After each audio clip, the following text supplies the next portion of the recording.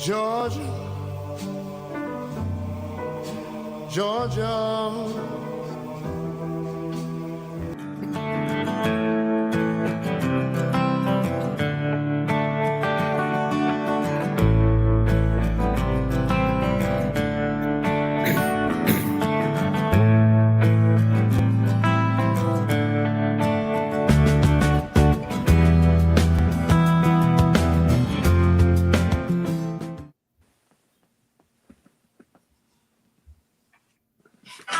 Hello, shooters, loaders, and casters. Welcome to the Georgia Shooting Connection Friday night live stream. I started to just move my mouth and pick on the hillbilly over there, but welcome to the Georgia Shooting Connection Friday night live stream.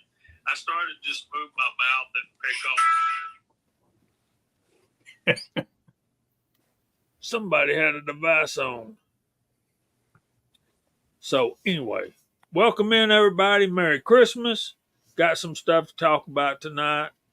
CW, what you been up to all week? I've had a busy week. I've been surfing and watching videos and doing research and ordering different bases and rings and having a good old time. I got to the range today and that was pretty fun too.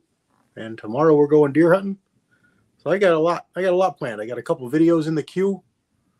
I got a video I just uploaded. So doing real good. Scotsman, how was your week? Not too bad. Staying busy. Good to be here. Good to see everyone out there in the side chat. And for those that are wondering, I do have an update on Willie's Press. I finally got that all set up and have the first 10 rounds of 45 ACP set up and ready to rock and roll. So we're going to test those out tomorrow and see how they go. So looking forward to that, but appreciate being here and appreciate seeing everyone out there in the side chat and everyone here. Thanks for being here, brother. Hillbilly, what you been up to? Man, then I've been doing good. Just making some videos, enjoying life. You know how it is for us hillbillies. Oh boy, just always looking forward to Friday nights. Friday nights are so fun. I just love being here. Thanks for having me. And we have a side chat that's just rocking and rolling out there. So I'm trying to keep up with these guys. Walter, what you been up to, buddy? I seen you did an update on your channel. So you want to tell us about that real quick? Or? That's pulled a Jamie. Yeah, I got quite a few videos out this week because I'm kind of stuck at home, can't go to the range. And so a couple things that I brought up today on today's update video is an update on my knee, and the medic says 3 more weeks in the mummy brace from hell before I can get out and do anything, lift anything with it or do much walking. Anyway, and I'm starting a series over on the Rumble channel with some goodies sent to me by none other than this dude and his lovely sidekick, Ms. Hotshot. So we're going to start working with all of that brass that he sent me, but that's reloading, and it's all going to be on the Rumble channel. But I did make mention of that today, and this fella, 6 Texan shots, 6-shot shooter, 6-shooter Texan. Cost me about $250 this week because I went out and bought 2 replica air guns so I can shoot in my garage. So I was already on the horn with him today once. I had some questions. So you'll see a little bit of video on those things tomorrow. And I'm looking forward to playing with those. So that'll give me something else to mess with for the next month. How about you over here, Gene? What you got going on, buddy? Oh, more toys, Walter, more toys. We're just big kids. Oh, thanks for having me on. Good to be here. This last week, I didn't do a whole lot except work, but that's a good thing. So hopefully have a good chat tonight. As always, side chat's kicking out there. And look at this panel. Look at this. Just look at this. How could someone not watch this? Hey, that's all I got. What about you, Mark? It's been a long week. We've got the kids ready for next week. They get to head off on Friday to Christmas break, so they're already geared for that. So it's been a long couple of days, but we're all looking forward to it. We're all getting ready. I really haven't done much in the way of loading or casting or anything this week. Just a couple of videos. Got a trigger pull Thursday out yesterday and a quick mail call today. So been looking forward to this all week. Looking forward to a nice Friday evening chat. Side chats rolling along. So let's do this. We lost somebody. C-Dub. Maybe he'll be back. Far out, man. So we got, not to slight anybody, we got 49 already watching. wow. But we got Ocean 374 out there, and he's been under the weather. And Hasbro just told us he's down with COVID. So you guys keep them in your prayers this coming week, and we want to take just a second to wish everybody a Merry Christmas. And it's getting to be that time of the year where we start thinking about more than just our mundane everyday lives, and think about how we help and love each other. And hopefully Sunday we're going to have something in the works, right, Scotsman? Yep, we'll get that figured out. Keep posted. There's Ashley and Honey Creek Roads out there. That boy needs help. All these people with more than one channel and more than one handle, y'all blow my mind. Of course, that ain't hard. Mike Hester says life is never mundane. I'm glad he's out there. Hey, Dwayne, 7834. Glad all y'all are here tonight. It's fun to hang out with y'all on Friday nights, as y'all well know. First topic of the night, we'll get Mike Hester's response as well as everybody in the side chat. But going through the panel, what's the difference between a rifle and a carbine? And how do you pronounce carbine? Just like that. Well, that's what I thought. Just like lever gun, carbine, magazine, not a clip. Yep. Can you get a lever action carbine? They don't make them in this country. I'd like to have me a lever action carbine. I'm going to LGS tomorrow. Actually, look around. I'm going to see if they got any of them. I'm going to ask them. Yeah, walk in there and ask for one. Justin will probably tell me to get out. He'll probably hand you a bar of soap and a carabiner and say, "Is this close enough?" I don't know what you fellas are talking about. The only thing I got around here is a few carbons. Carbine copies. That's what Cimarron makes. Okay, this is what I want to get to right here. The standard unofficially for years has been if it's under 20 inches, it's a carbine. If it's over 20 inches, it's a rifle. Yeah, that's always been kind of my understanding too. And they, can take the same basic firearm and make it in a rifle length or a carbine length for a couple of major reasons why that was done that way. But there's R-Tac and Daughters yo-yo, man.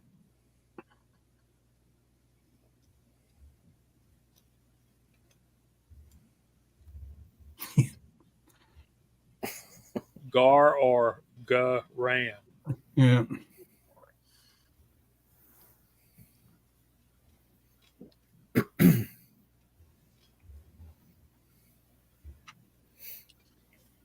Okay, we might need to talk about that, Mike, because I have a Rossi 92 that's a 357 Magnum, and it's got a 20-inch barrel. Mhm.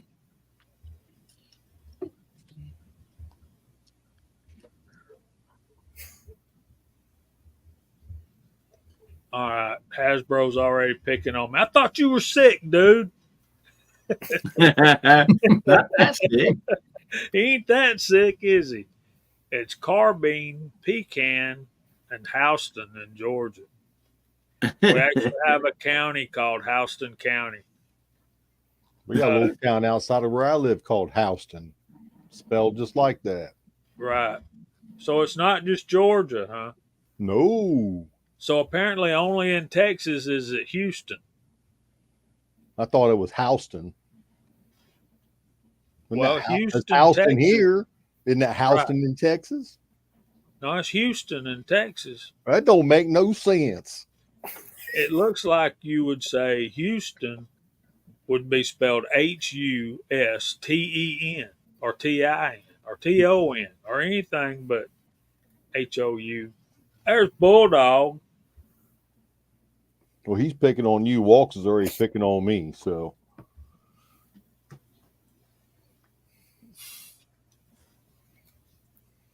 I agree with that, Andy. Totally, wholeheartedly. He actually corrects himself and says AR-15. We knew that. There's some feller from the 740 out there. brother Chris, Yeah.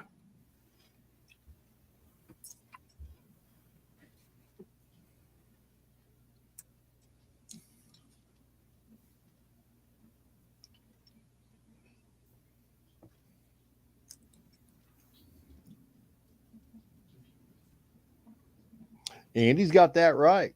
Pop that up what Andy just posted.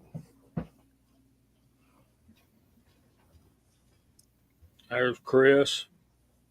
Chris, you have a link if you want to jump in here, buddy.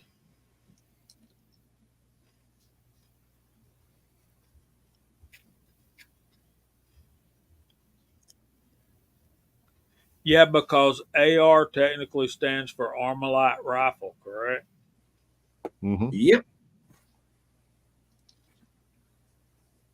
The carbine of cornbread. Yeah. And AC's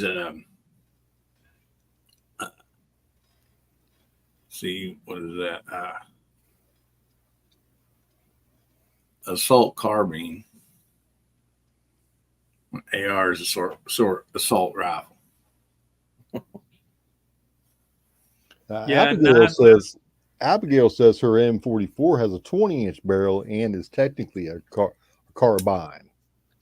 Well, I'd looked up this, when you posted that earlier, to see kind of what the interwebs was saying, and like a lot of it was a shorter barrel, but also a lot of them said it had to be magazine fed, and like cavalry or like people in the cavalry and stuff like that, and for close quarters was a carbine. Like all these were examples of carbines: short barrel, close quarters, magazine fed, easy to reload. That was a lot of those definitions kind of run together in different posts.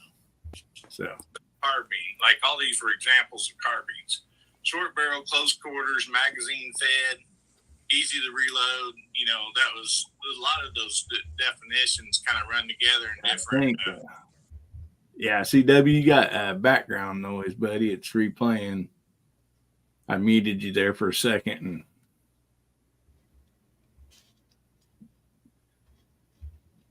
Hey, Curtis. Actually, we're talking about rifles versus carbines tonight.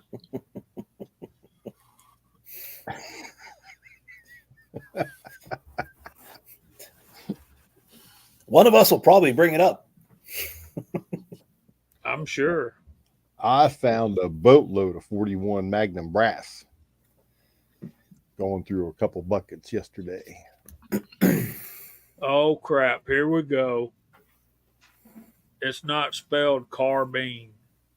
Carbon. I called it carbine. Carbine. That's what it looks like to me, like Houston.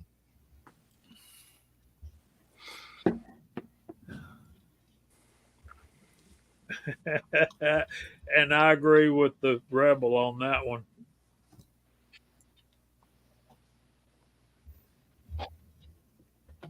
Yeah.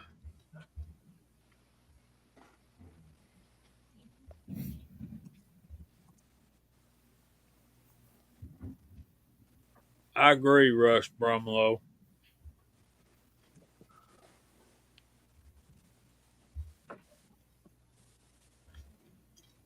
Curtis has a 41 Magnum carbine. Curtis has everything. I know he does. Walks Fletcher says carbine. Well, it ain't spelled like that, so that don't make no sense. Do not seek the treasure. Ooh, here! Do not see.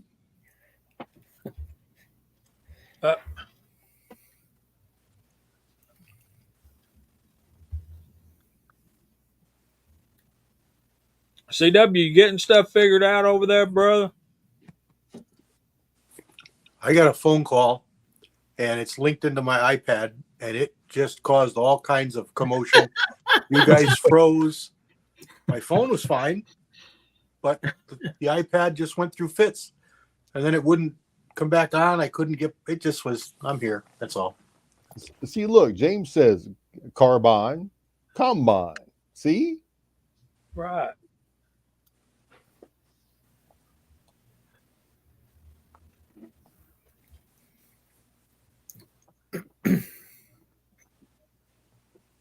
Scotsman, you got a comment from Chris from the 740. Yeah, I gotta restart my phone. It's ever since they did an update on it here last week, it's been really spooky. I don't know what's going on with it. Let me restart and see if something pops up.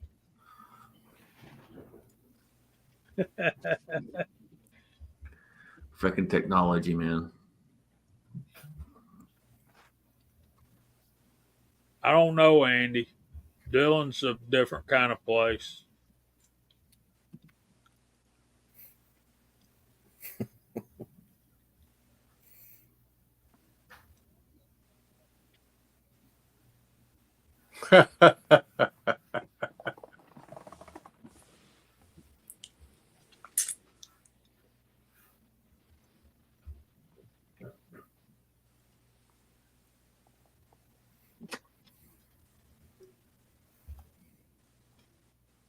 I'm laughing at Hot Pot's comment to Walks Fletcher about being from Southern California.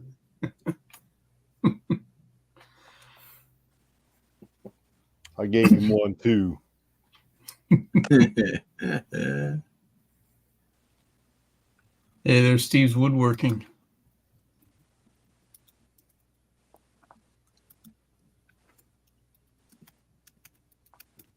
So if you add a look like barrel extender on a high point 9mm carbine, then it'd be a rifle.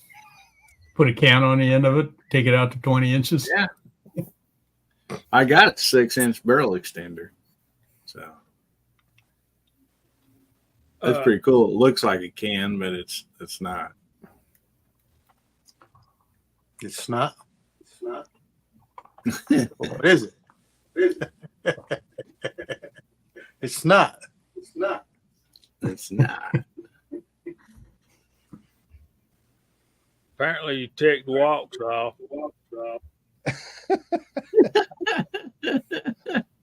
Told me to blow it out my ear. Yeah, you did. Was that your ear or your rear? And, I can help him on the rear. Walks will come at you like that. You got to watch your step around him. And he's a big lad. We love him. It's all right. Let's talk about a comment that Abigail made earlier about her M44 being a 20-inch and referred to as a carbine. M44, I'm thinking Mosin Nagant. Would that be correct, Abigail? I'm just thinking out loud.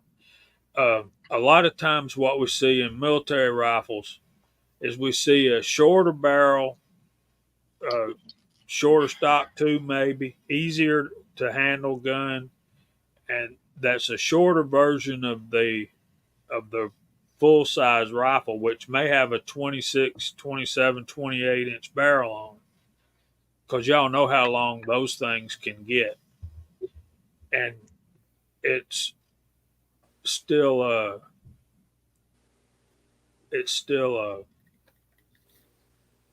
smaller version of the full size, so they refer to it as a carbine.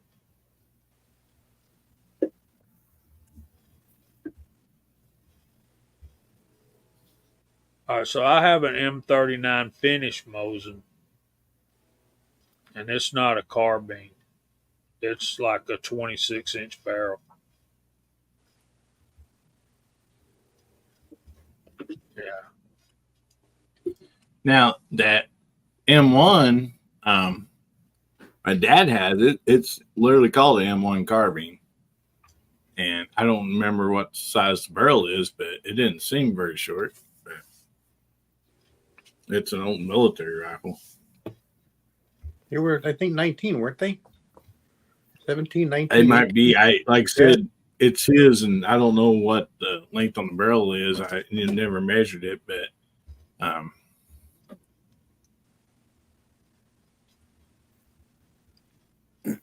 There's MCK. Hey, Mark.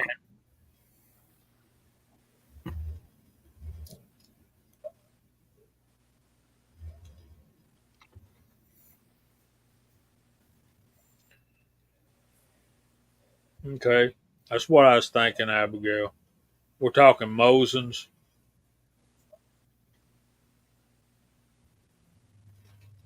Yeah. What's up, MCK? You can jump in here with us if you'd like as well.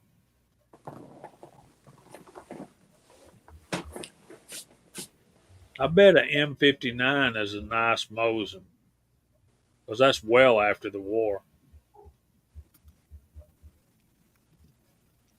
There's Michael Dunn. What's going on, buddy?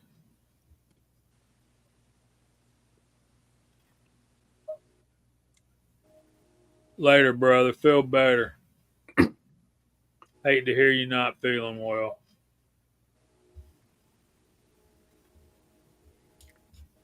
I don't know about the rest of you guys, how many of you have actually done any hunting on horseback, but when I was hunting, most of it was that way, at least to get up to where we were going to hunt, because there was no roads. And if you had something like an original Henry, it'd take 2 men and a boy just to get that thing out of the scabbard. You know, you're sitting up there hauling that thing out like fire hose or something. So a carbine rifle made a lot of sense if you got one that you got to pull out of a saddle scabbard, because you can do it with one hand in one pull. At least most guys could. You know, if you're a little bitty short arm dude, it was still a little tricky. But whether you pull it out to the rear or to the front, guys out in my territory carried it both ways. But so that was of considerable significance if you're carrying a rifle on horseback, you know, in particular a lever gun like that. So having a carbine length firearm made sense, you know, again, provided you weren't shooting at 300 yards away and didn't need the extra length. Yeah, I always do either lever action, Winchester or Marlin on my horse most easily. I mean, sometimes I just squirrel hunt from it. But I found out I've owned several horses and hunted off of them, a lot of them. And I will tell you this. This is fact. A lot of people don't know this. Every horse out there you can shoot off of, no problem. But you only may be able to do it once. But you can't shoot off of it. They definitely take a little bit of work to get them noise broke, but oh yeah, I only had a few that you could actually that would be fine with it, but when they're not, man, you're going for a ride with a rifle in your hand. Or laying on your butt behind it. well, and even if you got off and your horse wasn't properly trained yet, you might have yourself a long walk home, packing that gear on your back instead of on the horse. Yeah, I taught mine. My grandpa taught me this when, like, you start training them. Right there in front of the saddle horn, I would take my finger and I'd push down on the top of his back while I was pulling the gun out, and I'd lean it down to show it to him, and then I'd let off, and it gave him a warning that I was going to be shooting, and so that helped out a bunch. That's a really good idea. Yeah, we had lots of little tricks. We used to blow up balloons and put them in the box stall with them and let them stomp on them and make a lot of racket and get out and shoot some firecrackers around after you got them quieted down quite a bit and just standing there and you're done grooming them and pop off some noisemakers, all kinds of stuff, just so that we'd get the idea that just because something loud was happening didn't mean they had to, run into the next county somewhere. Mm-hmm.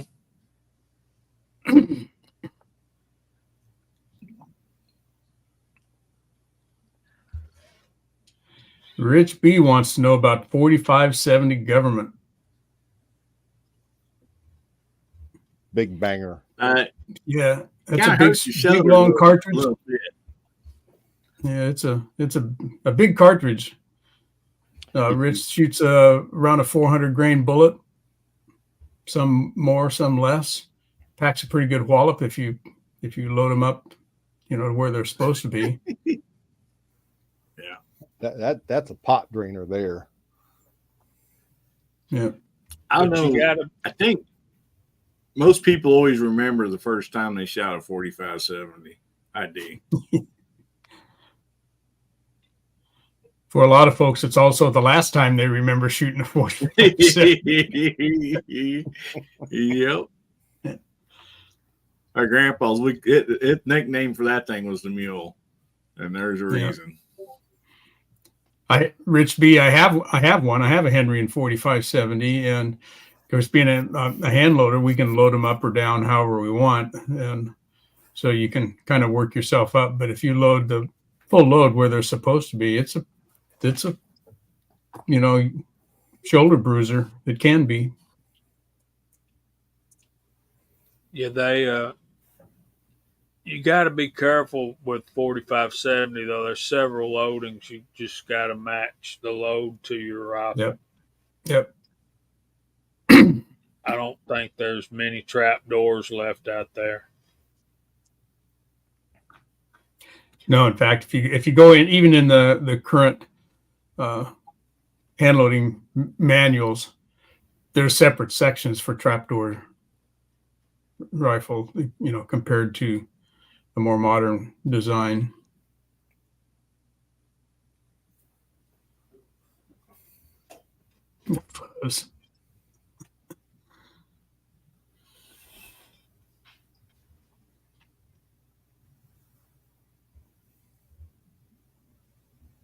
Hasbro, that is so not correct.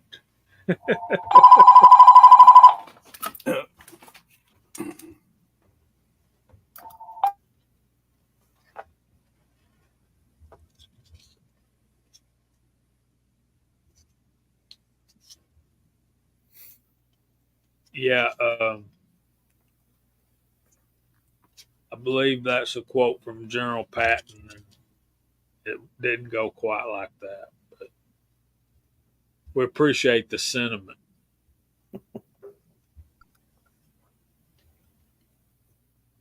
So I got a quick story, and then we'll run down the side chat. I went hunting with my 270, which is a very nice rifle. I really like that rifle. And apparently I bumped the scope and knocked it out of sight or whatever, because I had just taken it like 3 weeks to the range, 3 weeks prior to the range, and somehow I was off. And when I got it back to the range, I was bore sighting it before I put it on paper at 50 yards, and it was 8 inches high and right. So it's back on site now with 130 grain factory ammo, and pretty much on site for some hand loads that I'd loaded up with the 145 grain Hornady ELDX. So I could use either one of those.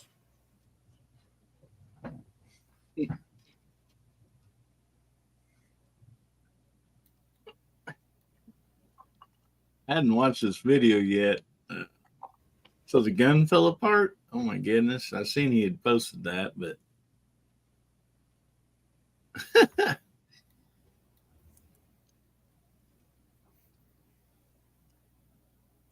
That don't surprise me none, Red Raider.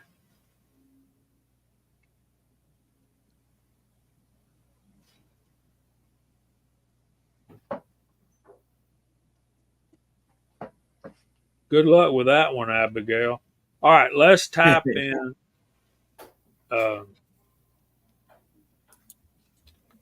SMLE, and we'll call your name out. SMLE? Smile.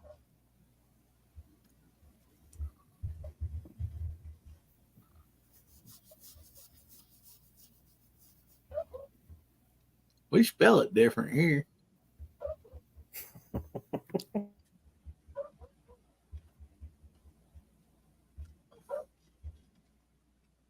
All right, so we got Georgia Shooting Connection. I don't know who that is.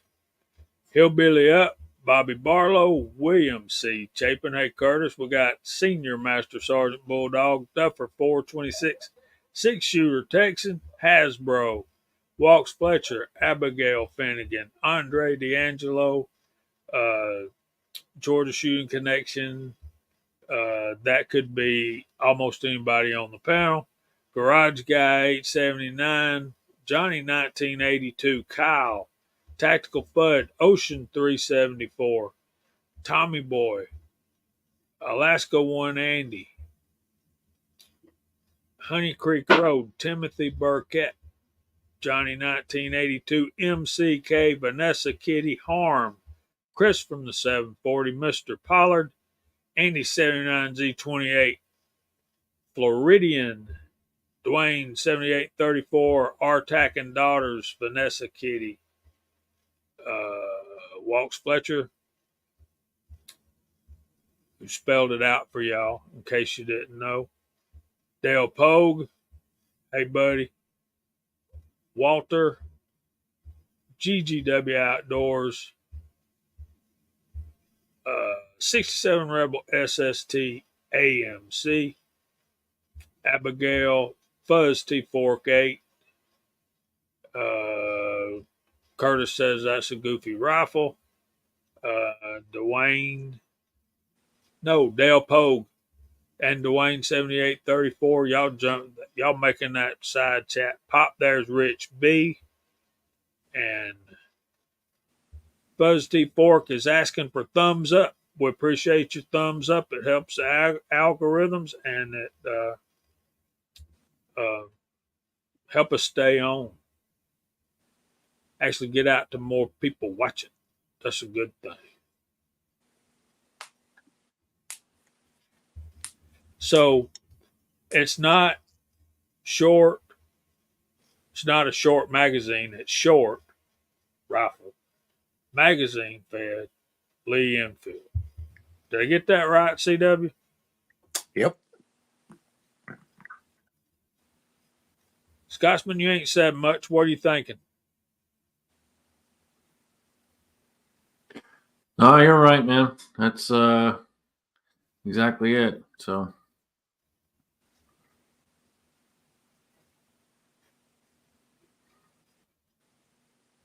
a lot of good folks out in the side chat.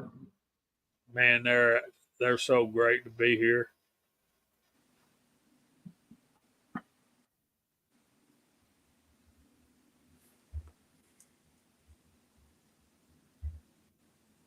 And walks, I don't know what that means. I can't see that well.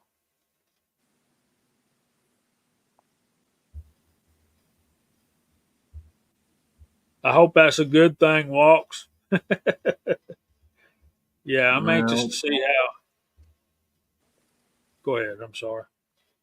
looks like he's got birthday pictures or something like that going up.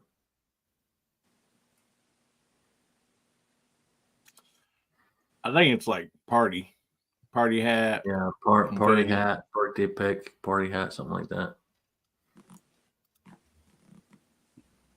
Yeah, it's the party emoji.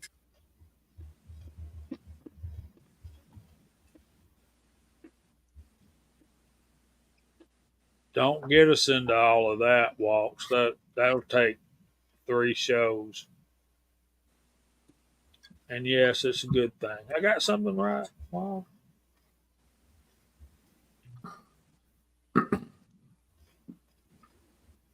So talking of good things, it's been a while. I haven't really said a whole lot. I haven't made a video on it or anything yet, but I finally got Willie's Press up and running. So for you guys out there who are wondering about that, it is finally up and running. I had a little bit of issue with the powder measure and all that, and that was my own stupid fault. And Jamie knows I texted him back and forth, and yeah, it's just me being dumb, but I got it all figured out and we got it rocking and rolling. So tomorrow I'm going to go out and hit the backyard range and fire off the first 10 rounds off the Willie Press and make sure they work. If they work, then we will continue on from there. But I think they would. Don't see any reason why they won't. So looking forward to that. Good deal. They look good.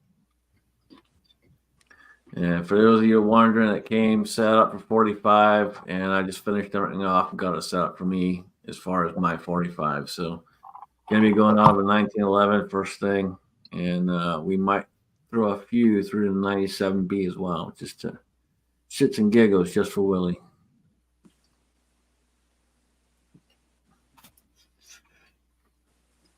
You know, it's been a long time since they uh, came out with those, but it's still hard to beat a 1911.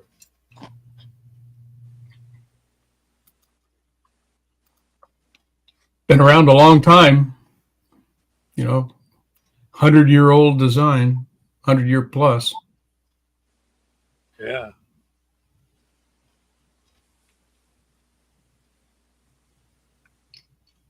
When was it actually introduced? Like 1903 on the production side? I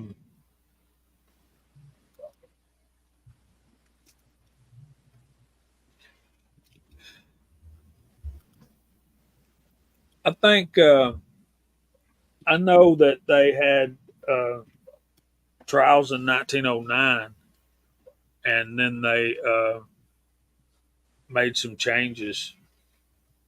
That's what I was thinking, Mike Hester. There's Guns and Water. Julio going to bed already? Good night, Julio. His Night, Julio. kids, probably. The Colt 1911 was officially listed as beginning service in 1911. The model originated in the late 1890s prior to undergoing modifications.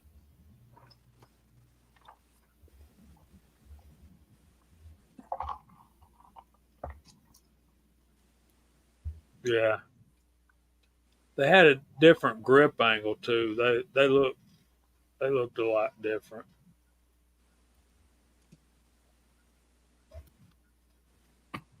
And then if I'm not mistaken, Savage had something similar that competed with it. Looks a lot like looks a lot like that. The earlier version. I'd have to look it up to know for sure. But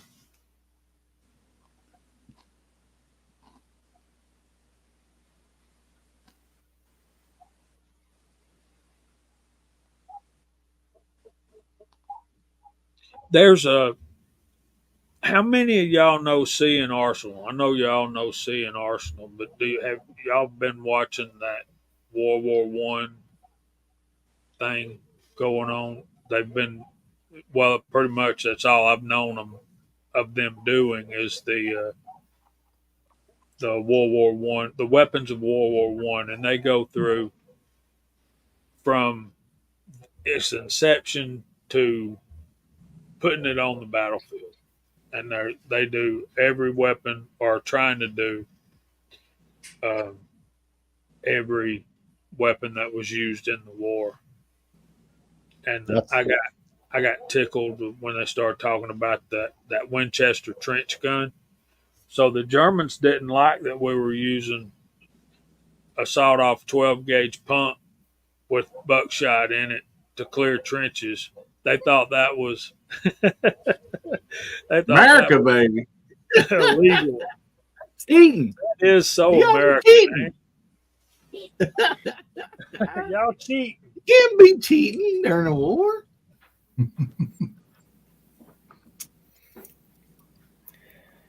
I think part of the story goes they were upset about Winchester using some advertising that they were shooting German grenades with the shotguns as they were being thrown over. Blowing up in midair. Yeah. Blowing them back into the other trench. Yeah.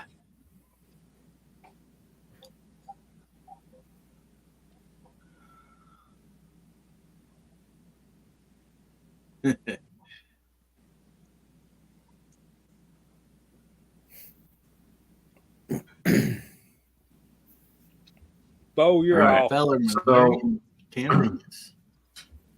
I saw a video earlier today. I'm not going to go into detail what it is because I plan on doing something to kind of not counteract the video, but I want to make a point to that video. But for guys out there on the panel, folks out there in the side chat, do you change up for a winter carry pistol or a revolver, whatever it may be? Do you change up your winter carry? And if so, why?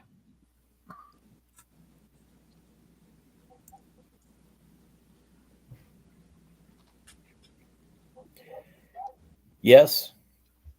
And mostly because wearing more clothing, easier to conceal. There's our buddy John's hand loading. How you doing, buddy? Glad to see you out there. We're missing you. Hey, man. You have to come over with us sometime.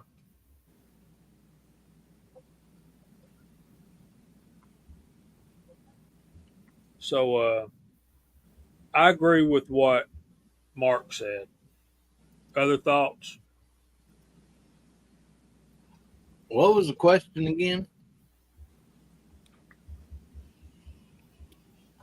Do you change up your winter carry for a different? Oh, winter carry? Oh, yeah. I just changed mine to outer waistband because of wearing coats. Still carry the same pistol though. I like being consistent with it. I used to, but I don't know, maybe 5-6 years ago I picked up a Shield 45 and I just stick with that year round. I carry a shield Yeah, during the summer inside the waistband, but in the winter sometimes I carry a revolver. I used to carry a 29 Glock 29 10 millimeter in the wintertime. and then a couple different during the summertime. But I got that Shield, and it's just such a joy to carry. I just carried it, Shield 45. Only negative with it is it's only 6 rounds. Other than that, it's awesome. Yeah. I find myself wearing more plastic guns in the summer because it's hot and I got shorts on or whatever. And then in the wintertime, I'm usually packing a, steel gun. I love chest holsters and under the arm holsters myself personally, but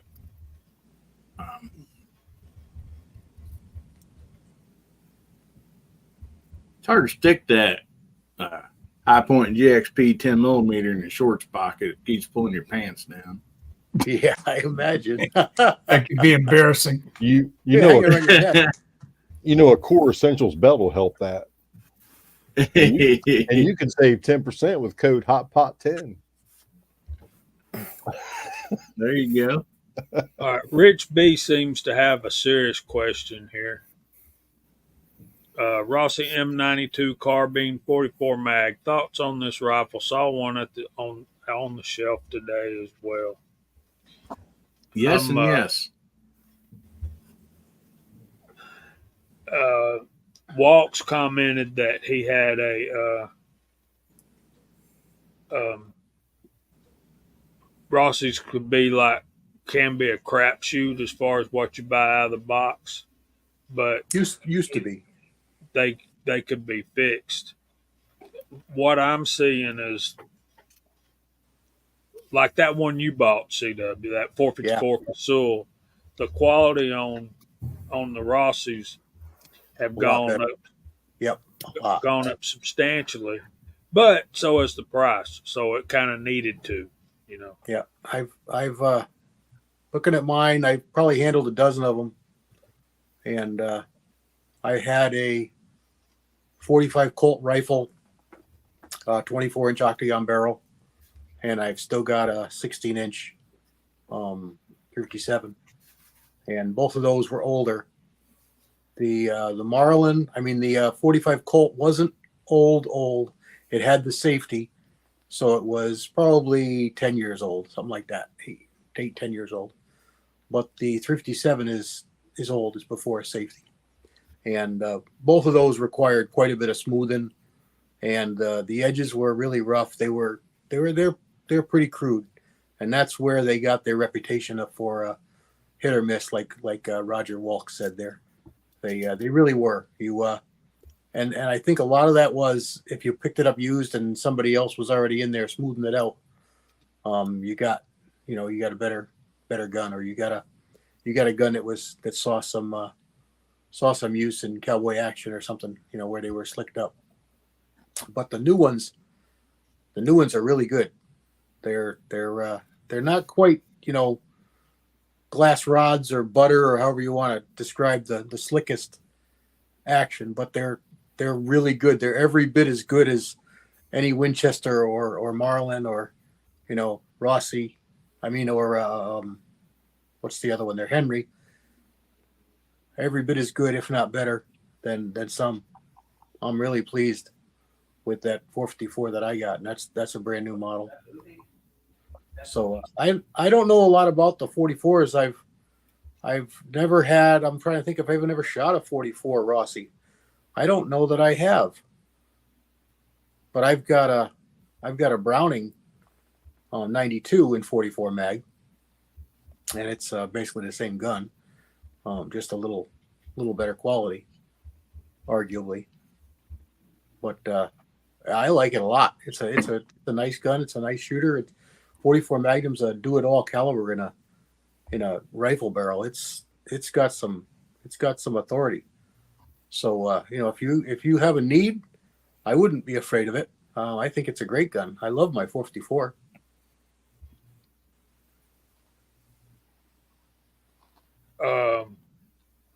Curtis, if I'm not mistaken, his is 45 long Colt. And it hurts me to say long Colt. It's correct. Long Colt or Colt, they're both correct. People get hung up on it, but it's not a magazine clip thing like some people think it is. It's either one is correct, but just pick which one you like. It's okay. There's Well- Gizzard Gary. Well, the 45 Colt was discontinued because of the long Colt. Too many 45 rounds of the time to distinguish them. I see a 74 there, Jamie.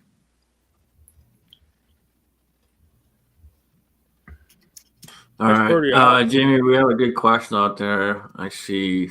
And this is. Let me see if I can find it. Hang on. I saw it. Let me find it. Okay, here we go. All right, y'all have any good tips for making dummy rounds? Just don't teach them as much. Yeah. I make them for every single bullet that I load for. My, Yep. Me too. Calibers like 45 Colt, 357 mag, 44 mag. I've got a separate box for the dummies because I've got so many dummies. I got And then- 2 boxes. Yep. Some guns, some calibers, I should say, I don't just load one. I load up 6 of them because I want to have, bullets that I can run through the gun to make sure that they're going to cycle. Lever actions can be finicky with semi-wad cutters or with longer nosed bullets. Sometimes they're like 44 Magnums and 357 Magnums are notoriously finicky with specials. Wad cutters generally won't feed in 38 or Well, really and most of us as reloaders, we all make a dummy round before we start loading up. Myself and Jamie were talking about this and some of the problems that we see, especially with like Lee molds. And why doesn't Lee send a specific bullet seater with every mold that they make? Because there's a lot of times that we have issues with those molds trying to seat that bullet because it doesn't fit just right. So why doesn't Lee send a specific seater for those instead of us having to pay more money out and so on and so forth and request a specific thing when they could literally just do it right then and there? Yeah, that's why you'll see me on a lot of my videos saying, "Hey, I'm using XYZ as a seater instead of A, B, or C," is because the seat stems don't fit, and and that's a whole different issue. But the reasons that we're doing dummy rounds, there's several reasons. One is to make sure they're going to chamber, and I typically, if it's a brand new bullet that I'm working with, will make more than one. Because chambering one round is different out of a spring-loaded magazine of a tube or a magazine, detachable magazine type. Is different than just putting one in there. You can chamber anything once, but if you want to know if the next one's going to chamber with it, or how it's going to behave if it's got 2 or 3 cartridges in front of it or underneath it. So I'll make 2 or 3, and just. So that's one reason, to make sure they're going to chamber in your firearm. The other one is to establish your correct seating length, and then you save that so that it speeds up the process of setting your seat die the next go around. The latest, and I do mine with no primer in the case, and knock the dead primer out of a case first, so that you can look at it and say, "Oh yeah, no primer," so it's a dummy. the last set of dice. And you bring up an excellent part of that too. And when we're doing pistol specifically, for example, as soon as you rack that slide and it throws it forward, it's going to change what's going on with that bullet. And so making more than one makes a whole lot of sense when you're doing that, because it's going to change that diameter and how it sits every time it pushes it forward. Yeah, and the first one you make, if it's too long and it crams into the rifling, then that one's not much use to you anymore as a dummy round. And I also write on the side of the case, what the overall length is. I take a Sharpie and write right on there. Sometimes what the bullet is too. If it's a cast bullet, a lot of them look alike once they're in the in the brass, and so I'll write, hey, it's a Lyman 358402 at 1.115 or whatever it is, and put that in my box, and go to Harbor Freight and get those little partitioned boxes, hardware boxes, and they make great dummy round cases.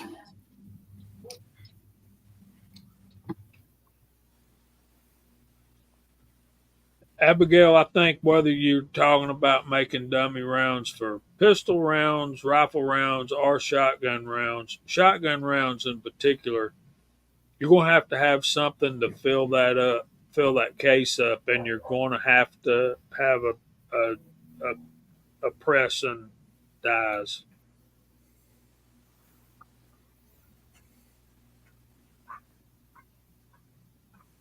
Mike's got it figured out. But yeah, Scotsman and I were texting earlier today, and a company like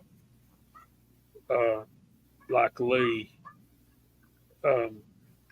they've got the means and the equipment and everything there they need to pump out that seating stem, because you got to know that, especially pistol, most people are using Lee dies to load pistol with because they work so good and they're so inexpensive.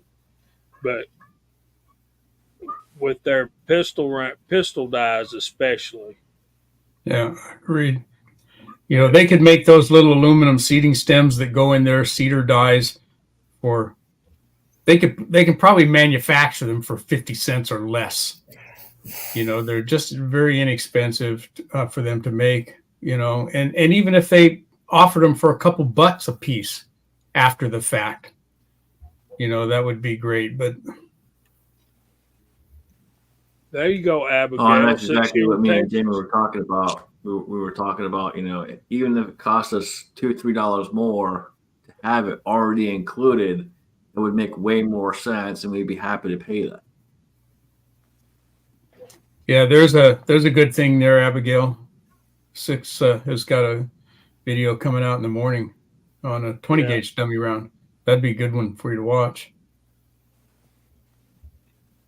And Curtis, that's exactly the point we were talking about, is having to buy and pay shipping for whatever bullet. When they're sitting there making a die, and they're making die sets, and they're making molds, it seems like for just a few dollars more for the price of the mold, having that already in there, like for example, MP molds. And I know it's hard to compare a Lee die with an MP mold, but they send you all the stuff, even the little E-clips for their hollow point pins, and the pin for the lubricating dies, if that's what you're doing. Yeah. Yeah, they're real good about that. I had Lee make one stem for me, and it cost $20 for their service. Plus, I think they shipped it back to me for free. I had to ship it to them, and you send them in a couple bullets. You're better off if you're going to have them done, and you need several to do it all at once. But for my 356402 mold, nothing that I had fit. Lee's standard seat stem for a 9mm is similar, but it doesn't work right. It deforms the nose of the bullet. So I had them. That's the only one that I've ever had them made. They did a good job. It's perfect. I sent them a powder coated bullet.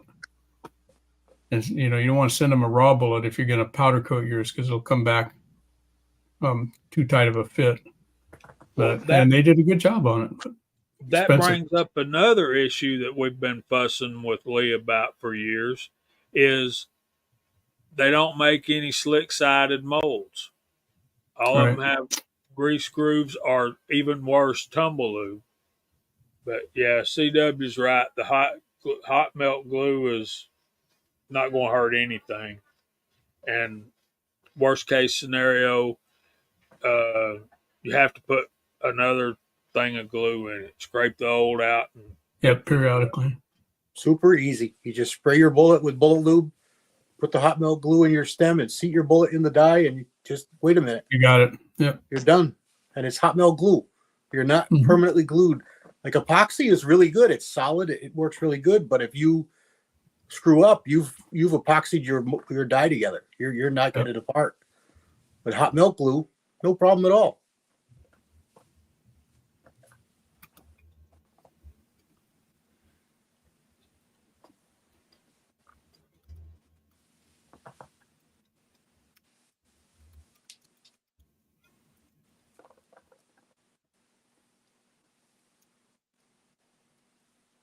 Those are the worst ones, Paul.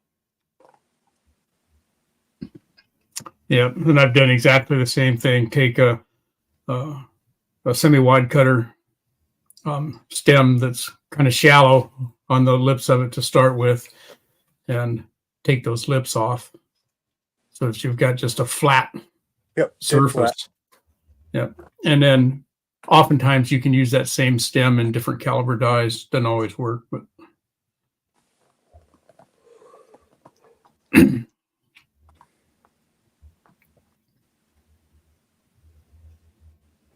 I don't know, Rebel. got James Pugh out there. Hey, James. Yeah, James was a little late getting in tonight. Like we care about that, man. What we care about is you're here now, brother. We appreciate everybody watching. So I think it's that time. Gene, are you available? Yes, sir. Yes, sir.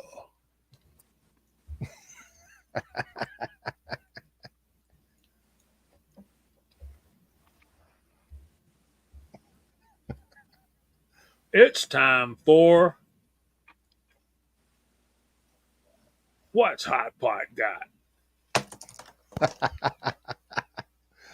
What's Hot Pot got tonight? Hot Pot found something pretty cool. Hot Pot found this cartridge.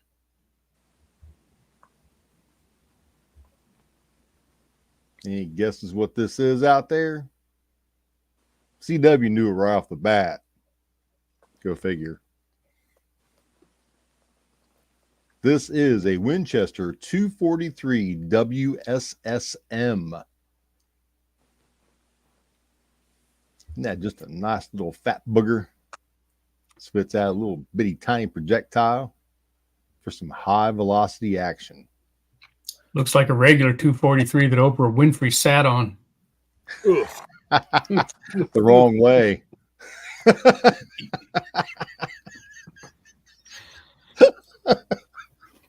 Oh, Where'd it go? Where'd it go? This is the 243 Winchester Super Short Magnum, or 243 WSSM, is a rifle cartridge introduced in 2003. It uses a 300 WSM case shortened neck down to accept a .243/6 millimeter diameter bullet. It's a high velocity round based on ballistic design philosophies that are intended to produce a high level of efficiency. This was released in 2003. In 2006, the production of Winchester rifles was discontinued due to financial difficulties. Winchester has discontinued the manufacture of 243 ammunition. This cartridge is used for small game such as varmints and used for animals as large as deer. Normally comes with between a 58, 70, 80, 90, or 100 grain projectile. As of for the first half of 2016, Winchester/Olin did manufacture and release for sale some of this ammunition on a limited run base, but is not consistent in the production of it. So it still may be available today on a rare base. So if you shoot this, grab what you see, because you never know when it's going to come back into production again. I've seen this fat booger pop through. Thought I'd pick that up. and show it to you. That's so cool, man. And that is what Hot Pot's got. Thanks for sharing, brother. That was Hasbro, cool, yeah. hope you feel better, man. Hate to hear you're not doing good. Hope you get over that. James Pugh said he had to go to emergency care. He's got it too. You know, it's getting hard to do this because I end up with so much different stuff Wow. that I pick through it, you know. Well, I don't know about that one. Well, that one. Well, that one. What am I going to show tonight? I think I got another container over here, the ones I have shown. Oh boy. So much. There's so many cartridges out there that use the same projectiles. Stuff's necked up, neck down, cut in half, soldered back together. You know, it's amazing how many different cartridges there are out there, and so many more that I have no clue about. You know, I don't have a clue about most of what I'm showing, but it's always fun learning about it. It's interesting to me, you know, on some of those rounds like this one that you just showed that are, I don't want to say rare, but very unusual for anyone to see. Who and why was that left at a range someplace? You know, Somebody who would leave that behind? I know. Apparently not a reloader. Yeah. Maybe one that just rolled under the table or something. But I mean, the rifles aren't even in production anymore. Yeah. You know, you cannot buy a new unless it's new old stock. You know, and the ammunition itself, you know, since 2016, it's made sporadically. You know, they just pump out some here and there and then quit. I guess that this would be like a reloader's nightmare, wouldn't it? You buy something new like that, and you get a bunch of it, and you start blowing the brass out and wearing it out, and next thing you know, you've got a rifle that you can't shoot.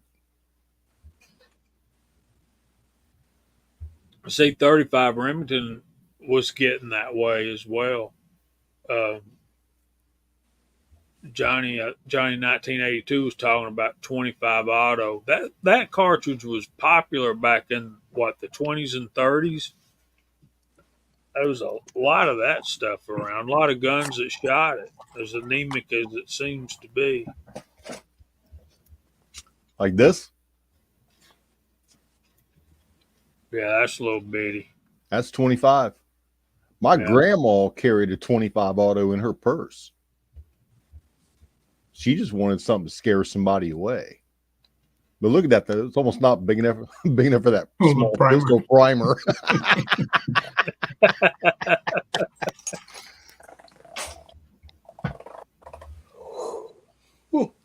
Wow, 6-shooter. That's crazy, man. All right, Jenny, so I got a question, and this came from someone else out there. And they're asking how we as gun people transitioned into reloading, transitioned from the point of starting with guns to getting to the reloading point. How and why did that happen? So I think that's a good topic for everyone out here. This comment right here goes a long way toward explaining that. Bad friends. People that call themselves your friends and go, "Hey, what do you think about reloading?" Next thing you know, you're neck deep. Gene, it's funny you say that, man, because it was right around the time I started working at the range that I met you. You come to the range and you were shooting more and you were hanging out and doing this and that, the other. Yep. I brought my grandpower to shoot that day. Yes, you did. That was fun. I Hey, remember that 100%. I got a public service announcement. There is some rumors going around. One is absolutely true, and the other is a rumor. And that is Shooter's World pistol has been discontinued for production because of lack of a specific chemical that they use in the making of their gunpowder. So if you like Shooter's World, if you see it, get it, because it's an undetermined amount of time. They're talking like summer before they're going to be able to maintain and acquire this chemical again. Which powder was it? Shooter's World. Which one? All of the Lubbock's powders. Oh, wow. Yep. So if you like it, you see it, buy it. We have a bunch in the shop. We got tactical rifle. We got AR.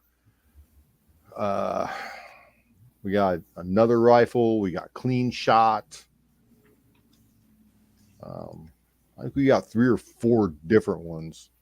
But if you like Shooter's World, pick it up. Also, it is rumored that Hodgson has suspended all outgoing retail sales for gunpowder. That's a rumor. Could be true, could not be. Don't know. Boss got a call on it. So he was on the horn all day today, filling pallets full of powder. By that, Gene, do you mean that the rumor is that they're going to stop shipping to retailers for retail sales? Whoa. So may be true, may not be true. The Shooter's World is absolute. That's a fact. As far as Hodgson, who owns IMR, Winchester, yada yada yada yada. Remember, we've talked about this prior before on my chat and stuff, but ammo prices are going up come January. So if you're not ready for it, trust me, it's coming. It's probably going to be about the 2nd or 3rd week of January. You will see it probably double.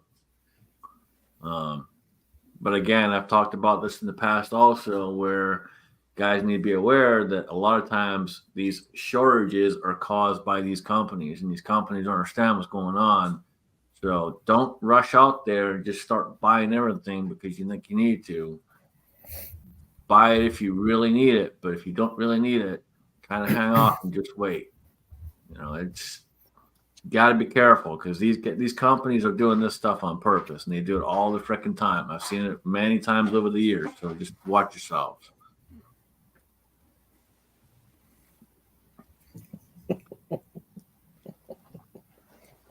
Well, I went ahead and picked up 5 pounds of ram shot silhouette.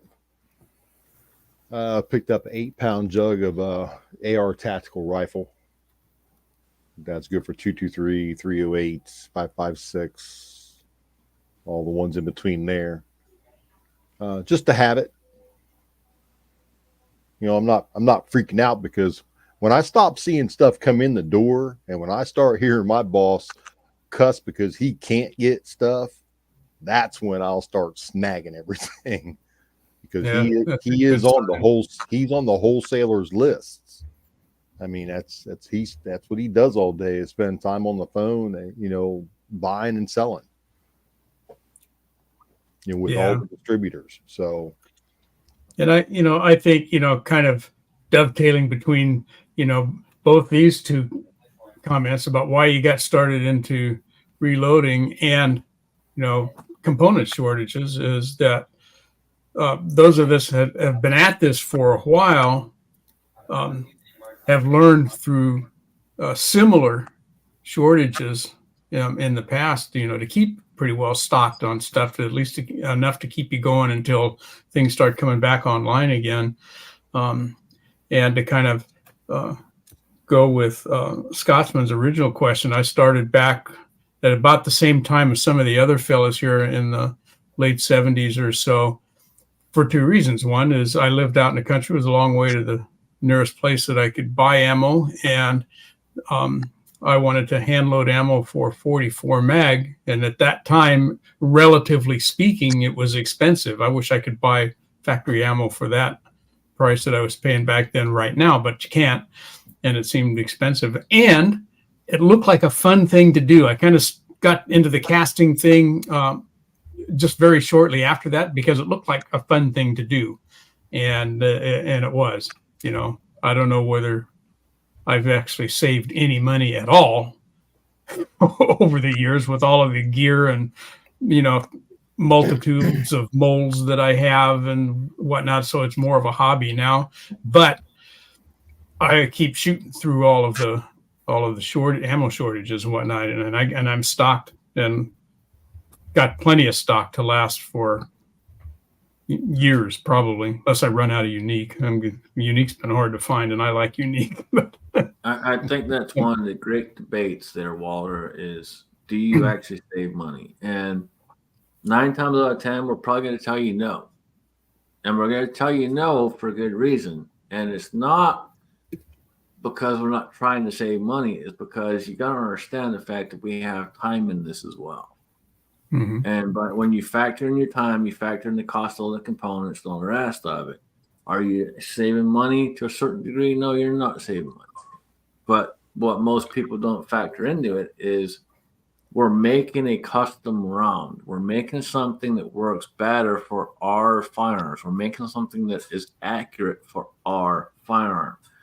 And that's the key thing to it, is for us. And it's the you're pride. taking a lead bullet that you may have cast or someone else cast and you bought it, and so on and so forth. But you're taking something that is one thing and making it another to make it work for your particular firearm. The financial thing's a little different story for guys like this right here that's a competitive shooter and is going to be shooting, maybe thousands of rounds a month. There's no way that most folks can afford to do that with factory ammo unless they got a sponsor. Go ahead, Gene. Sorry, I didn't mean to cut you off. Oh, no, that's fine. It's the pride. It's the pride of going to an event and knowing that I reloaded everything for me and Miss Hotshot. I filled both of our boxes up, and we go out there and we run and gun, and it, shooting myself and then watching her shoot and watching everyone go off. It's just pride, and at the level I shoot at, I do save money. So like Scotsman said, when you start counting your time into it, I quit counting my time into it for me because of the cost factor. What would I be if I wasn't reloading? What would I be doing? Watching TV?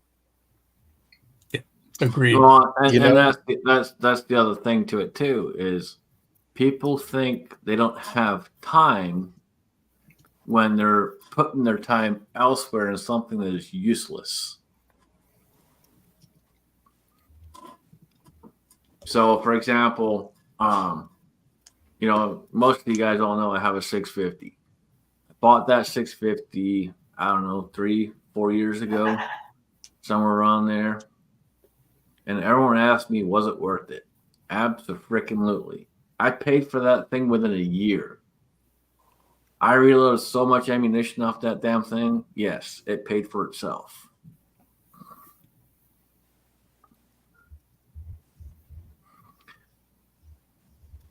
Paul says, who else counts their time in their hobbies?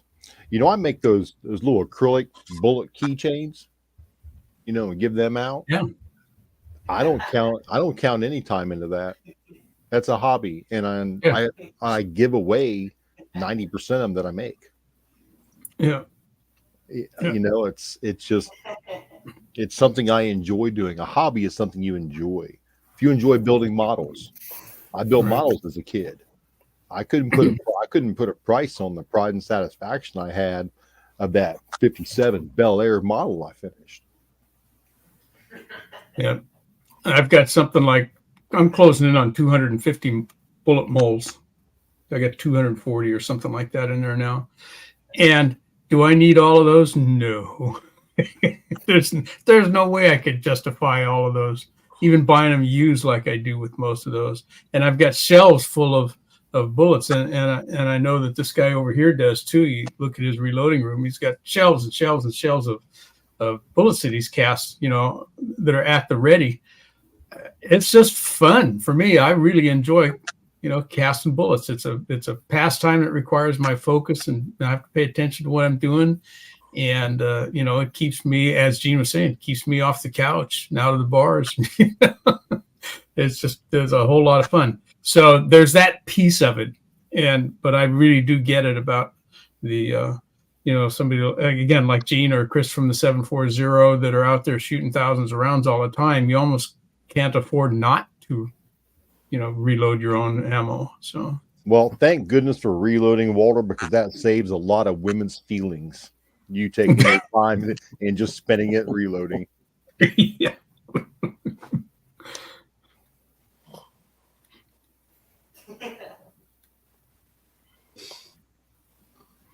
All right, so CW, what got you into reloading? What got you going that route?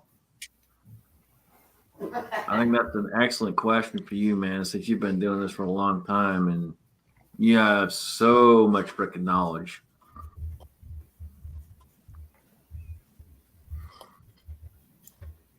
You guys like every book ever written on reloading wrapped up into one package. I showed him this round tonight, and he's like, "Oh yeah, it's this." I'm like, "Am I ever going to come up with something that he doesn't know?"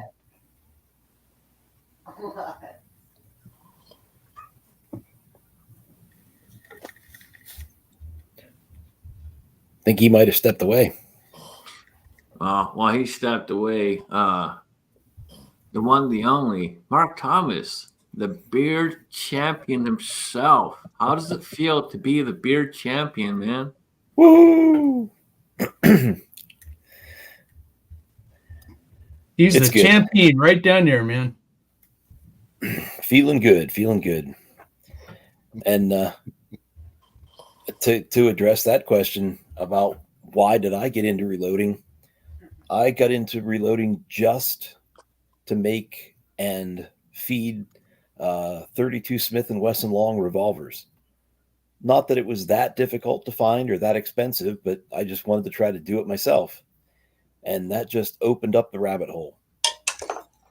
And then every other caliber, 38, 357, 44, now 41, 35 Remington, all the 30 caliber, 300 Savage, 308 in 2.5 years time now. I got how many molds, how many dies, 2 presses, 3 presses. It's a lot of fun. And there's, like Gene was saying, that pride in being able to make your own, cast them, load them, shoot them, watch them all go bang. It's very, very rewarding. That is the reason he got into reloading. That little thing right there. Yep. I can't help it, guys. I can't help it. And I think everyone on the panel would agree. It doesn't matter how many times, how long we've been doing this and how many times we've done it. When we go to fire that first round off of something we never loaded before, we all kind of push that gun up and go, please go bang, please go bang, please go bang. Please don't blow up, please don't blow up, please don't blow up. Boom. That's a good question there, Defense Dad. And you'll get as many answers as there are guys on this panel, probably. But I'd say to get set up for all of those calibers, you better have $500 on hand to get started, to get a set of components, dies, a press, and the materials that you need, all the other sorted, gear, calipers, all that kind of stuff. Walter, come on, man. 500.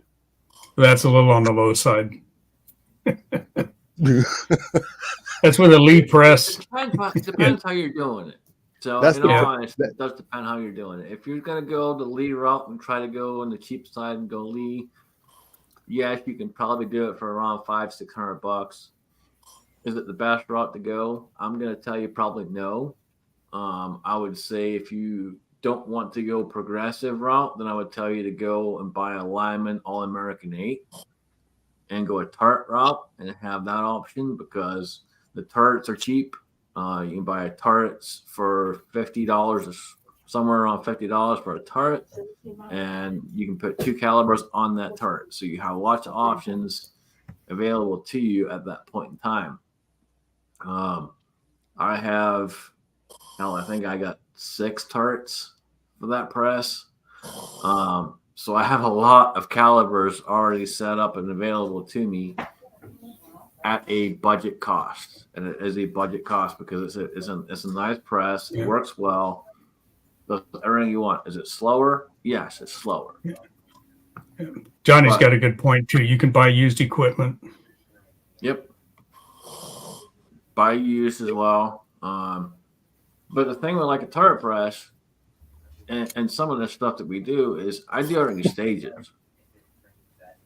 So like when I'm working on a turret press, I'll maybe spend an hour or two deep priming, resizing, and then I'll spend another hour or two another day, and I'll go through and I'll flare it and prime it and powder in it, and then I'll spend another hour or two another day seating bullets and so on and so forth. You can do it all in stages.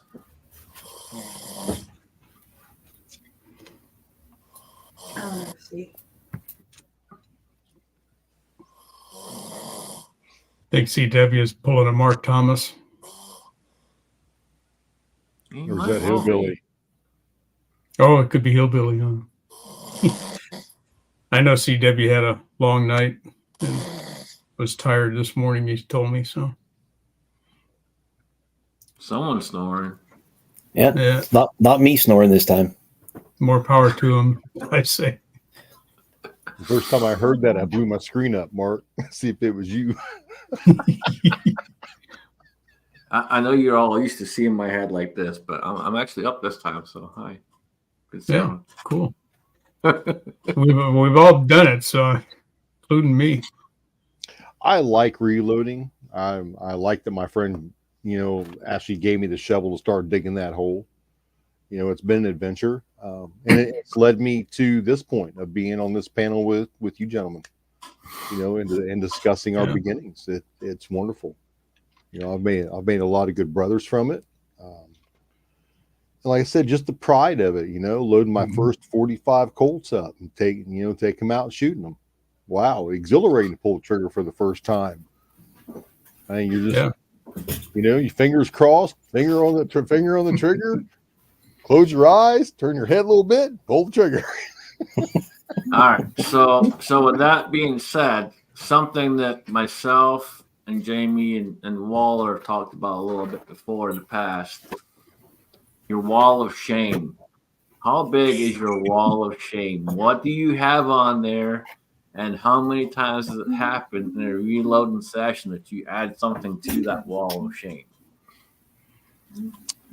Most of mine is split cases from loading too hot, and those were mostly done in my younger years. I don't load anything hot anymore, but crushed cases because I didn't shove the case into the shell holder far enough and then raise the ram and just munched it.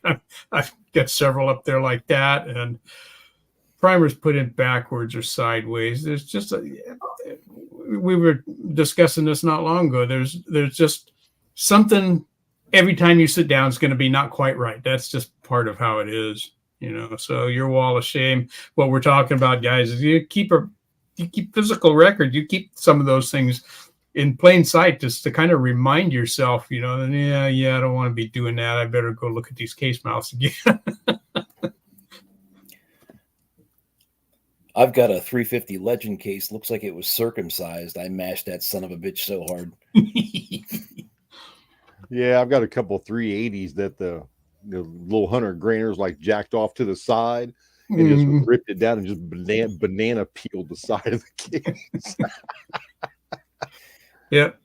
I'll tell you, here's a challenge. Everybody post a picture of your best bad one on the community tab on your community. There you go. I want to say this too, about getting into reloading.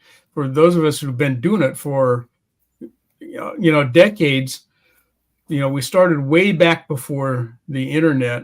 and before places like Amazon existed, and before YouTube and all that sort of stuff. It was a little bit more intimidating back then. A lot of it was, in my case, pretty much teach myself out of books, because I didn't have a family history of shooting and reloading at all. You know, I was the first and onlyest in the family who really did much of anything with firearms. So I kind of had to learn by myself. There was one reloader in the little town that I was in when I first kind of got out on my own, and he was only a rifle reloader, didn't know anything about handguns. So I had to kind of teach myself. But now we've got all of these other resources, and I'm talking a lot about these folks that you see right here that are willing to help, and we've got all kinds of stuff out there for you on YouTube and other, you know, venues and whatnot that are here to help you out and get started and give you some good coaching and some good intel on what's going to work and what's not going to work for you, and so forth. So it's you shouldn't feel intimidated at all about getting into reloading. You're not alone. You've got lots of backup.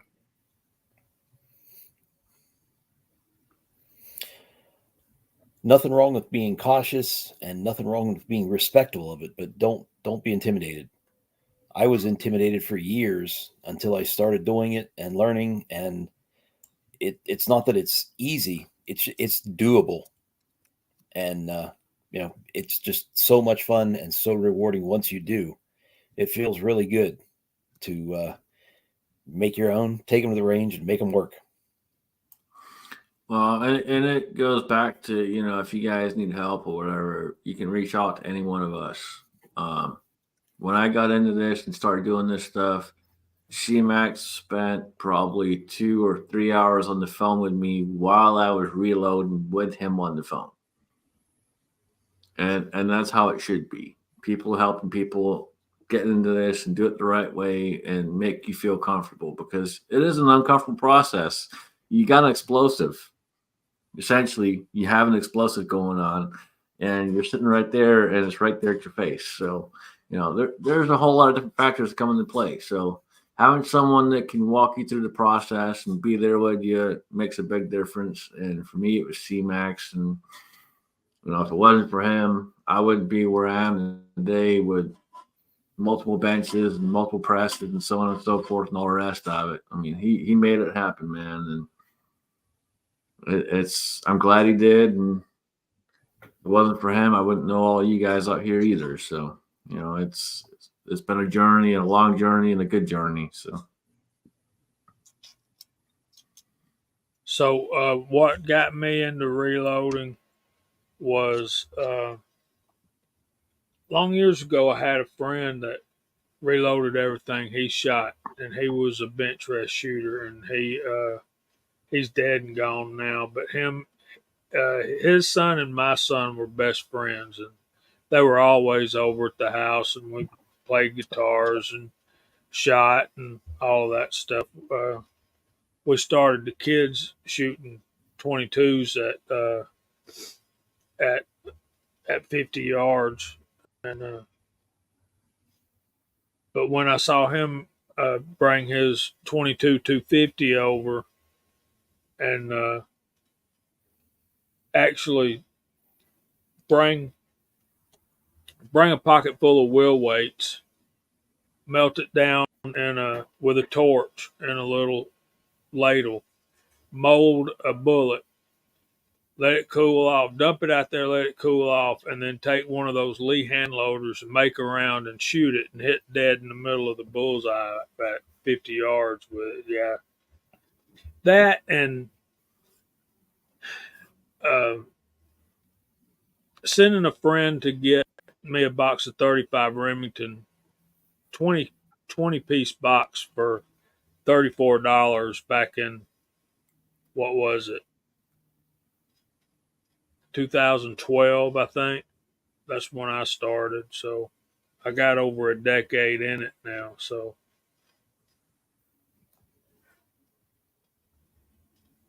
there's that. It's time for the verse of the week. Y'all ready for the verse of the week? Yes, sir.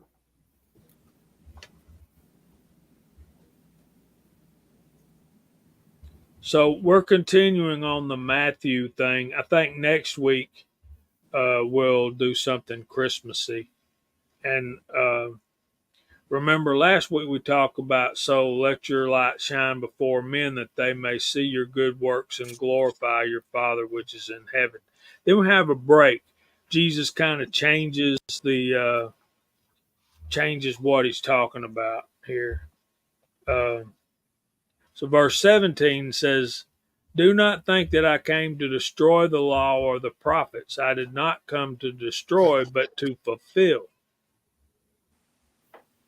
And then verse 18 continues, "For assuredly I say to you, till heaven and earth pass away, not one jot or one tittle will by no means pass from the law till all is fulfilled."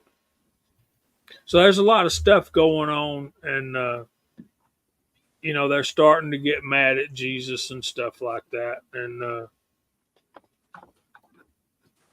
basically, he's hinting at who he really is right here. He said, "I came to fulfill the law." He's telling them basically he's the Messiah, but it's still kind of in a cloaked way. He said, "I don't come to destroy the law or the prophets. I did not come to destroy, but to fulfill." In other words, he is who the prophets and the prophecies and the law is talking about. And then he says, "Surely I say to you, till heaven and earth pass away, not one jot or one tittle will by no means pass from the law till all is fulfilled." In other words, ain't none of that passing away. When God's word will pass away is when Jesus comes to get us and take us home, and then there'll be no need for it anymore. If that makes sense.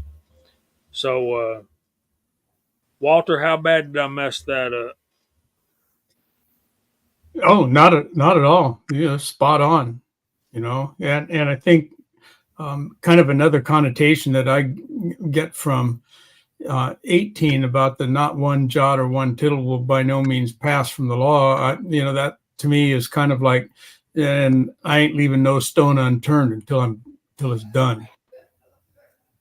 It's all going to get taken care of, and it's going to get taken care of by me, not Walter, but Jesus.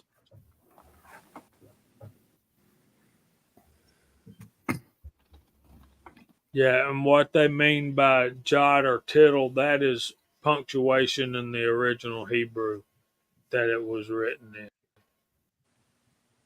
So he's saying not one comma, not one apostrophe will fade away. He's come to fulfill it all. Yeah, Johnny, 1982, I think that is a good deal. $20 for a box of 35 Remingtons. And look, guys, as much 35 Remington as I've loaded and shot, I've paid for my equipment just on that one caliber. But the first, what Scotsman was talking about earlier, about that first shot with one of your reloads, mine was 30-06. Even though I got into reloading to reload 35 Remington, I was working up a load for hunting with 30-06. You talking about nervous? Yeah. Mine was 44 mag. That was my first reload. Like Johnny's reloading bench. So, yeah, that will blow your face off. I have been Well, the first reloads I ever shot were not my own reloads. I was given 44 Magnum reloads with the 44 that I bought. And you want to talk about a flame, fellas. I kid you not, this thing was 1.5 feet out of the muzzle, if not 2 feet out the muzzle. It was insane. Thank goodness for slow burning powders. Yeah, I've been finding I didn't even see it to begin with, honestly. I was shooting it, and the guy that was with me, who worked for me, was like, "Hey, do you see that?" I'm like, "See what?" He's like, "Hang on, come back here and let me shoot this for a second." And he steps up and he shoots it. I'm like, holy shit. Oh, yeah. It was like 2 feet long, man. It was insane. I have been finding 35 Remington brass. I've been sorting out 7.62 by 39, and it gets mixed up in there. Same base width. So I got a nice handful of it.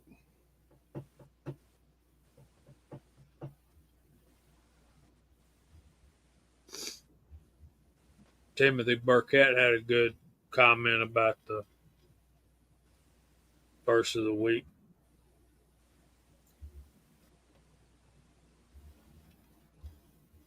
James Pugh first reload for 243.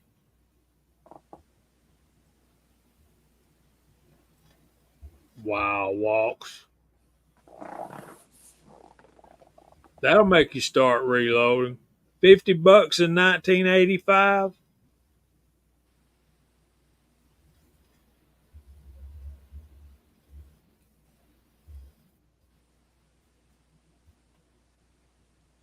God bless you, Rune. Have a good weekend, buddy. Good night, Rune. I'm behind. $50 for a box in 85. You talk about having to choose your targets wisely.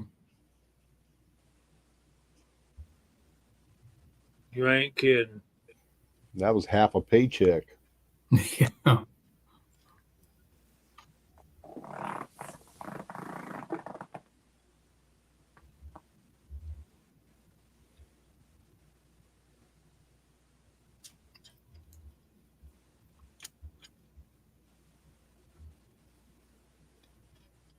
I've been scrounging back 20 gauge shotgun shells at the shop. Got a box set aside. I put them in. Most of it's high brass, but that'd be low. They could load just about anything in, wouldn't it? Gene, you got any 32 ACP? Oh yeah. Okay. I need to get with you, man. I need some 32. Oh yeah, no problem. All right. Yeah, I got to get with you. I need some of that. I got something that's an old school gun that I keep meaning to make the damn video. I just haven't got there yet, but I got to make it for Gun Wild 1, my oldest firearm. It's a 32, but it's an old piece. Does it take longs or shorts? It's not long or short. It's a regular 32. I'll send you the info on it. Yeah, send me the info. I'll dig it out for you. Scotsman, I got a nice cast bullet for that too. Okay. Yeah, I'll send you the info too, so you have it as well, so you know what I'm working with.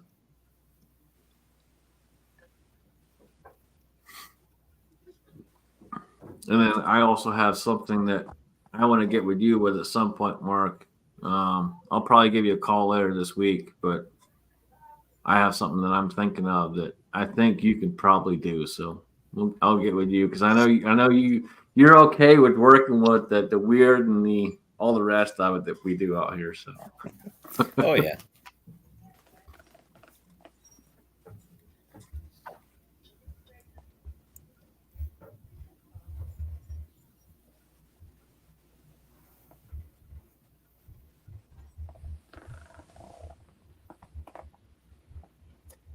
Chapin. Ed Kelly's out there. Welcome him in. Tommy Boy says, well, y'all can see it. All the 20 gauge casings are pretty much junk unless they're Winchester AA or Remington. And we see so much out there nowadays with different brands of shot shells that they all can't be good.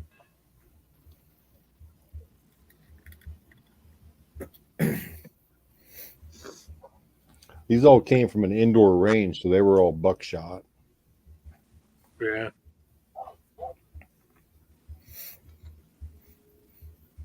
I got that Lee Loadall for 20 gauge, and it was not expensive at all. And that's a fun one to reload. I remember you saying that. So, and I got that 20 gauge. I like shooting it. Then I seen, we got a barrel that when it goes through the rough sword, the belt's magnetized, so it grabs all the shot shells and all the steel and dumps them into one barrel underneath of it. And I've been going through and digging them out. And my boss, he doesn't care. I mean, it's trash to him. It's not like they aren't available, but it's a lot of fun to reload them, and they're not necessarily as plentiful as 12 gauge, and a whole lot easier and lighter to reload. No, I went to my shop, my local, and they had a bunch of 20 gauge when I bought that. And I asked Heidi, I said, you guys keep this in stock most times? She's like, oh, yeah. Last 2 times I've been in, that spot of the shelf's been empty. Someone's buying it up. So that's why I started thinking, man, they got one of those Lee Loadalls in the back. I'll have to pick that up. It's been there for a while. And save the holes. Get yourself a pound of long shot and a sack of 7 or 8 shot. You can have a good time with it. Yep. Yeah, I've got access to local shops to all the components, and we carry the primers. I got some 7.5s from Willie. I still got most of that. I got some number 8 from another brother. We hadn't seen him out there tonight, and I'll call and check on him. A certain individual who owns a shot maker that made them himself said they're number 8s. And then I made a deal with Michael Hurtneck, trading him some lead for some number 2 shots. So I got number 2s, and then I got 7.5s and 8s. I'm really wanting some 4, 5s, and 6s right in there, preferably number 4s. And then I'm going to be in the market for a buckshot mold. I want a number 4, a number 1, and a number 00 buckshot molds.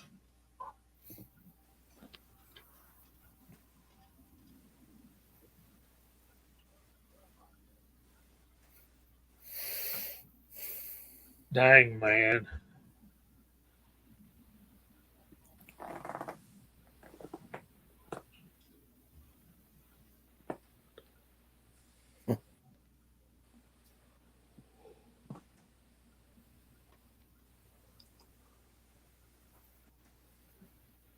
That's crazy, ain't it?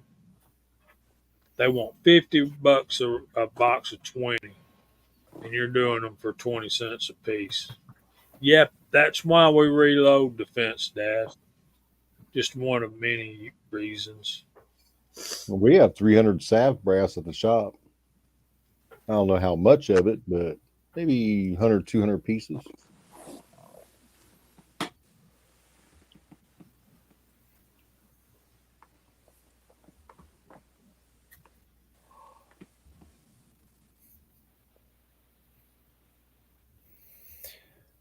I've got a Model 99 300 Savage that was my grandfather's. I use kind of sparingly. I take it out hunting now and then when it's nice, but it's much fun to shoot at the range. That's another good reason to reload. I can reload them a little bit lighter and not abuse the gun and still get a lot of fun out of shooting it.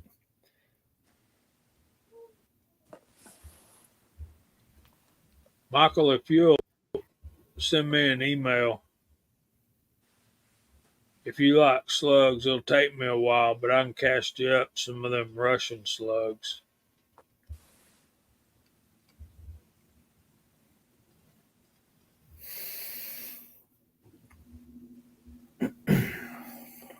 Well, it won't take you long, Curtis. You got a way of finding that stuff. Y'all got some nice gun shops up around where you live. If I'm not mistaken, 30 Remington was one of the ones that came out in the Model 8 back in 1908.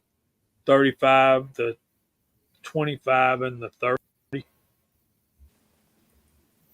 I bet that cost you.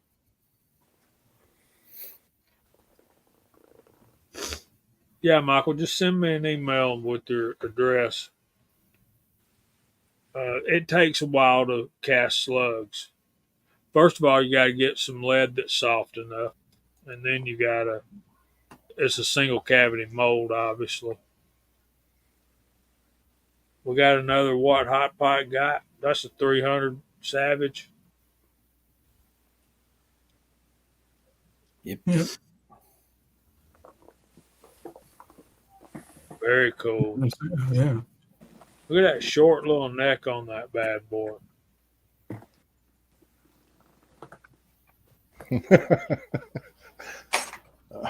All right. Jamie, are those? I can't help it. I said I can't help it. Yeah.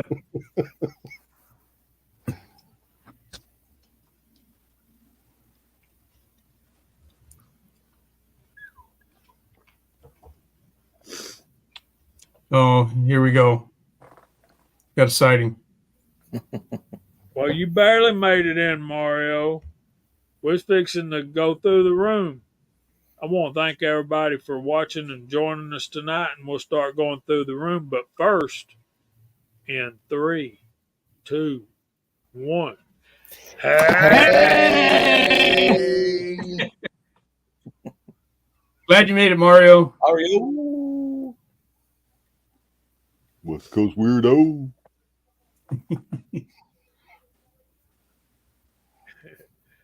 Bulldog, you ain't right, boy. I should have sent you a link tonight.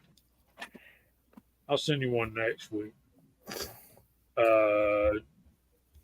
Curtis said something about that 30 Savage. I meant 30 Remington. I see a lot of that too.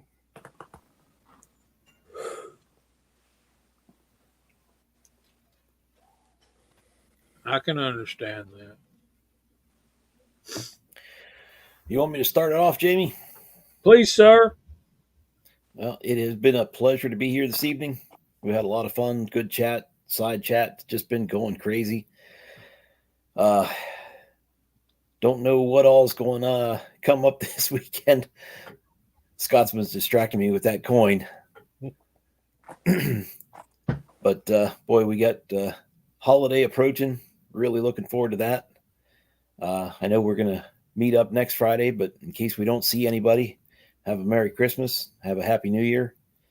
I know CW says it, and I'm sure he'll say it tonight. Make sure you spend time with those you love. Tell them you love them. Spend time with them. That's what's important. So let's pass it off. How about you, Hot Pot? Well, thanks for having me on tonight. I've had a really good time showing off some brass. Yeah. Let's see what we got coming up. I got another video to release. I'm going to the range tomorrow to film some more stuff, just some follow-up videos. I want to wish everybody happy holidays in case we don't get to say it next week or don't get to see it before then.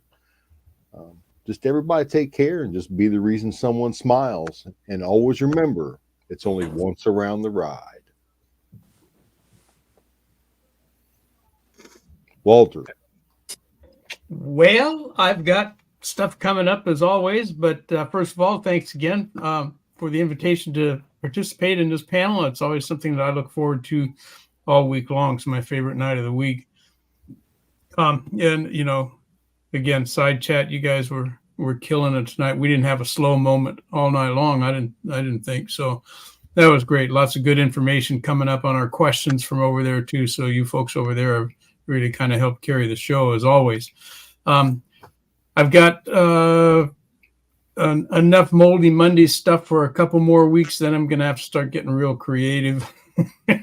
I can't get out of this brace and get to the range and shoot something, but I do have a Moldy Monday coming up Monday, and I got a couple of new toys to play with thanks to 6-Shooter Texan. As we kind of mentioned at the beginning, I picked up a couple of CO2 BB revolvers, and that he has kind of shown both of them off. So I'm gonna do a couple videos with those just for the heck of it. But anyway, at least I can shoot something in the garage. I don't have to go anywhere.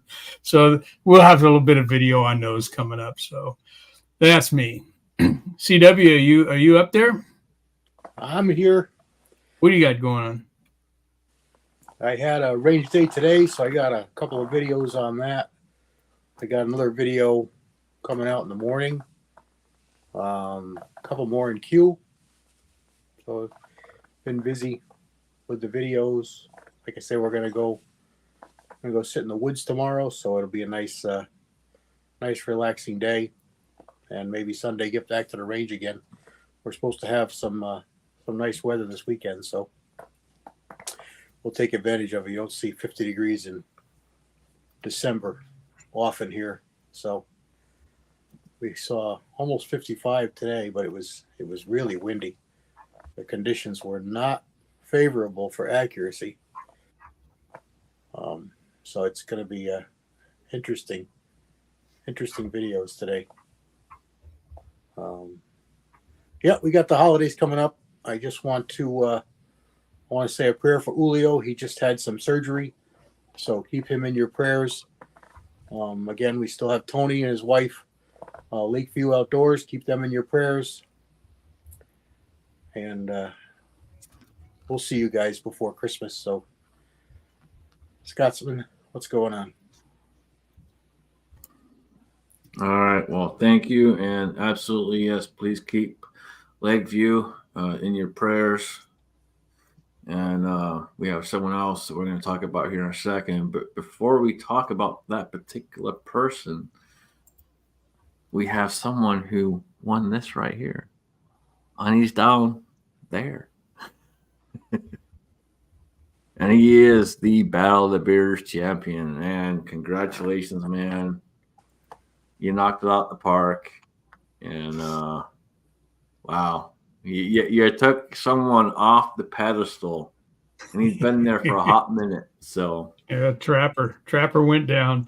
You took it with the flavor saver. So we got to give you some huge kudos, man. The flavor saver took it. So with that being said, folks, I appreciate everyone out there in the side chat. I appreciate everyone here on the panel. Thank you to Jamie for everything he does. He's been a huge help as far as doing the beard off and that as well. Let us use the platform to where we had more people on the panel. So thank you, sir. This coming week, I have a couple of things I'm going to do. Someone made a video on a very controversial subject, and I'm going to be controversial with that subject. So you'll see a video about that. I also have a live stream coming up with Chris from 740. We have someone out there who needs a little bit of help, and Chris has the ability to use Super Chat, and so I'm hoping you guys will jump in and help us out and utilize that Super Chat. Since we can't do it on this channel anymore because I got hit pretty hard on the YouTube side here a while back. Chris is allowing us to use his platform to do so, but we have someone out there who needs some help. And I'll have a video out here probably the next day or two to explain what's going on. But if you guys can jump in and do so, I would really, really appreciate it. And it's going to be a short video when I make that video, because I'm not like Curtis, William C. Chapin out there. He makes 45-minute videos with him on the range. So with that being said, guys, I appreciate it. Jamie, appreciate you, brother. Thanks for being here, Scotsman, all you panel members, and everybody watching on the side chat. Let's see. He'll be the guy in the important phone call, so he had to run off. Preacher's Day Off joined us in the side chat, and I just want to say Merry Christmas to everybody. Remember, Guns, Beer, and Therapy tomorrow night, 10 o'clock. on Hillbilly Up channel. Remember Uncle Jim tomorrow night at 8, and Trappers in the shed at 2 on Sunday afternoons, and the Sunday night roundtable, foreign and domestic, on the crazy Scottish American channel. Did I get that backwards? The Sunday night roundtable, foreign and domestic, Sunday night roundtable on the Scottish American channel. Okay. We love y'all. Thanks for being here. We hope the Lord blesses y'all real good. And if He's willing, we'll see you next Friday night at 8 o'clock. Go watch Giz and Gary. Say goodnight, y'all. Good night, y'all. Good night, y'all.